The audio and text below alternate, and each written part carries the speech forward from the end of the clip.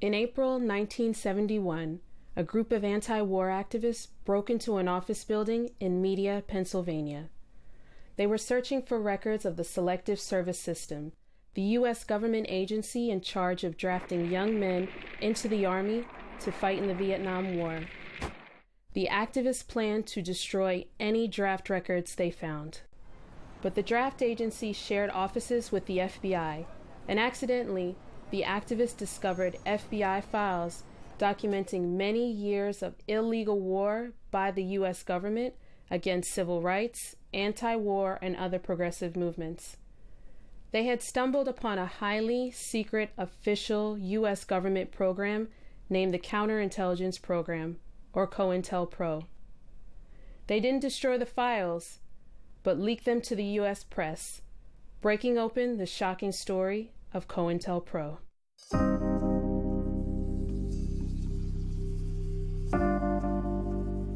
Back in the 1950s and the 1960s and the 1970s, the United States government had programs, some involving simple surveillance, some involving ways of getting information, some involving plots, basically to frame people for crimes, and some involving outright murder.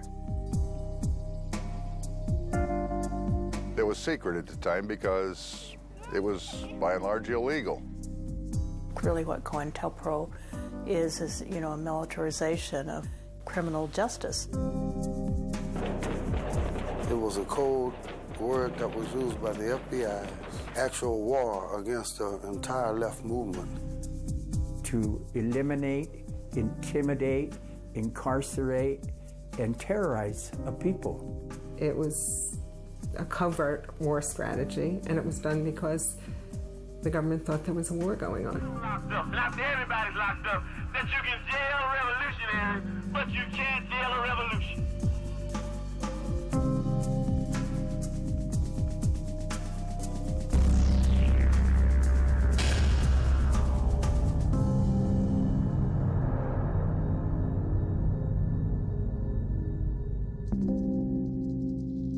In the 1950s, the U.S. government launched attacks against mass movements for social justice. This program was called COINTELPRO. It was spearheaded by J. Edgar Hoover's FBI with the support of military and police agencies nationwide. The goal of COINTELPRO, without pretense of legality, was to destroy leaders and organizations, to sow division and distrust. Of course, repression against peoples of color, poor and working people, and progressive organizations in the U.S. goes back hundreds of years, beginning with genocide against Native Americans and African slavery, as well as a war of conquest against Mexico and the colonization of Puerto Rico. Earlier in the 20th century, anarchists and socialists were imprisoned and deported. Later, there was intense repression and infiltration against the Communist Party and progressive trade unions. As the civil rights movement brought millions of people into new social consciousness, COINTELPRO unleashed wider and more murderous onslaughts against the growing unity of movements for social change. You were carrying out what you thought was official governmental policy, were you not? Yes, sir. And you thought you were doing what the President of the United States wanted you to do. Despite congressional investigations, many of COINTELPRO's crimes are not fully known. Activists who experienced it firsthand hold important lessons for the present and future.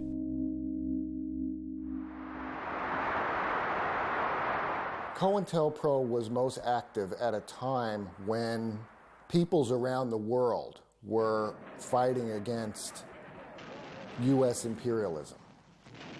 You had the war in Vietnam. You had countries in Africa struggling against colonialism and demanding independence. In Latin America as well. And then you also had within the borders of this country people of color also struggling against white supremacy and for empowerment in their own communities. COINTELPRO's attacks on left-wing organizations and against the civil rights and black liberation movements have received some attention, But it's less well known that one of COINTELPRO's first targets was the movement for Puerto Rican independence. In 1897, Puerto Rico was granted autonomy by the Spanish Empire, only to be invaded by the United States in 1898. Since then, Puerto Ricans have struggled against U.S. colonialism, led by activists like Pedro Albizu Campos. By the mid-1950s, as movements for independence surged around the world, the Puerto Rican National Liberation Movement had reached a new and impressive strength. In 1950, the Nationalist Party attempted to assassinate President Harry Truman, and in 1954, 4 nationalists attacked the U.S. Congress.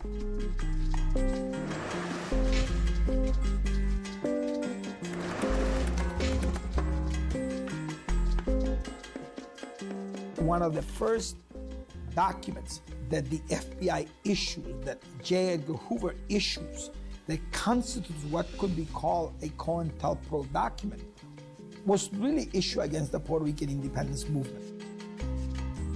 In this missive that J. Edgar Hoover sends out to the San Juan office is that everything has to be done, that you should gather all pertinent information, including personal information, on the independence leaders to expose them, that would lead to divisions, that would lead to disruption and the destruction of the movement. In 1978, it's revealed that there are files on 165,000 adults in Puerto Rico. While in Puerto Rico, in order to get a job, you had to have a certificate of good conduct. Who issued the certificate of good conduct? The Puerto Rican police. But if you had a file, you didn't have a certificate of good conduct. What did this mean? It meant that Puerto Ricans who were in any way associated with the Puerto Rican independence movement or were supportive of the Puerto Rican independence movement had a file on them, and it was very difficult for them to get jobs in Puerto Rico. It was all driven by the FBI, and it was part of the FBI's COINTELPRO program that these files were kept. Not only were files kept, but organizers and activists were targeted in other ways by the U.S. government. The COINTELPRO activities of police agencies led to the setup and murder of Puerto Rican independence fighters Carlos Soto Arivi and Arnaldo Dario Rosado in Cerro Maravilla in 1978. In the United States, the COINTELPRO program reacted to the growing organization and militance of the Puerto Rican community. An FBI informant in Chicago infiltrated an activist family, spread vicious rumors, and was responsible for the imprisonment of leaders. We had an FBI informant, Rafael Marrero, that married my sister. He was totally involved in the political work. He really knew how to do political work, and he wasn't lazy. But I remember talking to my sister about this because he never had a job, even though he did political work. My sister fed him, my sister clothed him, my sister was raising their daughter. The destructive personal and political betrayals of FBI infiltrator Marrero took place at a time when both of his wife's sisters, Lucy and Alicia Rodriguez, were political prisoners. He was just a leech, you know, and personally, and then a leech in the movement, and then he leaves, and then all these awful things that he did to you know, against people that I knew were giving of their life and their essence to the struggle. A prominent activist imprisoned due to his actions was Jose Solis, a professor of education in Chicago who was charged in connection with an attempted bombing of a military recruiter that had in fact been set up by Marrero. That's what Rafael Marrero, who was the agent stationed here, was supposed to do.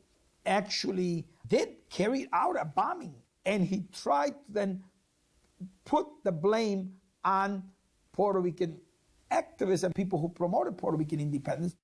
Jose Solis spent many years in prison, and his marriage broke up and his children suffered. The FBI takes no responsibility, yet in the case of Rafael Marrero, we know that he was paid several $1 million to carry out what he did. He was wine and dine in the best hotels. We had all the evidence that was revealed through the discovery documents of Jose Solis' case. And yet the FBI assumes no responsibility for that. The U.S. government continues to target the Puerto Rican independence movement and to imprison Puerto Rican activists.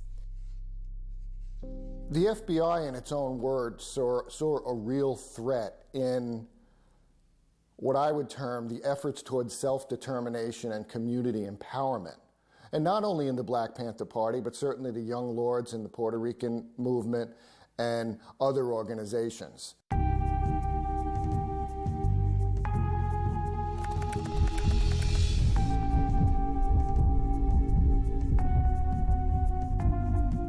The story of Native American resistance extends back more than 500 years.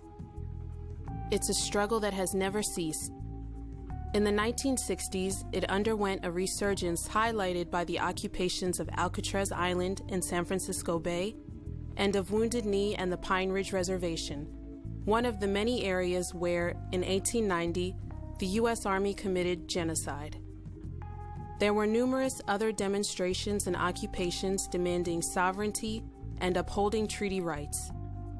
In the wake of the uprising at Wounded Knee, FBI and Bureau of Indian Affairs supported goon squads, attacked people who fought for human rights and sovereignty. Many local Native activists were killed or imprisoned, and some leaders, such as Leonard Peltier of AIM, the American Indian Movement, were framed and to this day remain in prison. The early 1970s, the American Indian Movement began asserting treaty rights within the rubric of national liberation movements to restore active sovereignty to Native nations. So you have basically the FBI, that is a law enforcement agency as it's chartered within the United States, fulfilling a counterinsurgency function on American Indian reservations, particularly the Pine Ridge Indian Reservation in South Dakota, but others as well, during the mid-1970s. I was based here in San Francisco and on the AIM Council for the San Francisco Bay Area. So we were getting reports from everywhere. You know, Pine Ridge was just one place we were dealing with after Wounded Knee. I think they cared more about the grassroots leaders, getting rid of them, than about the national spokespeople. But these local leaders, incarcerating them and, they were destroyed. They were destroyed by it.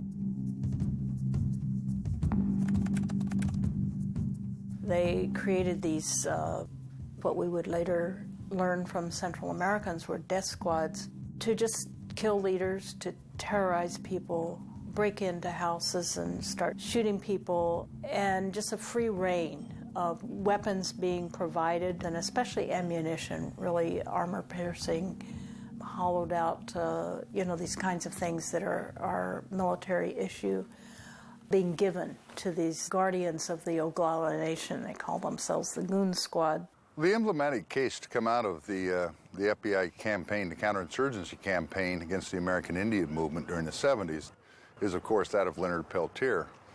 And that's an individual who was part of an armed security team on Pine Ridge that was willing to go toe-to-toe with the FBI and its surrogates, the death squad surrogates that were mustered out of the Bureau of Indian Affairs police there in order to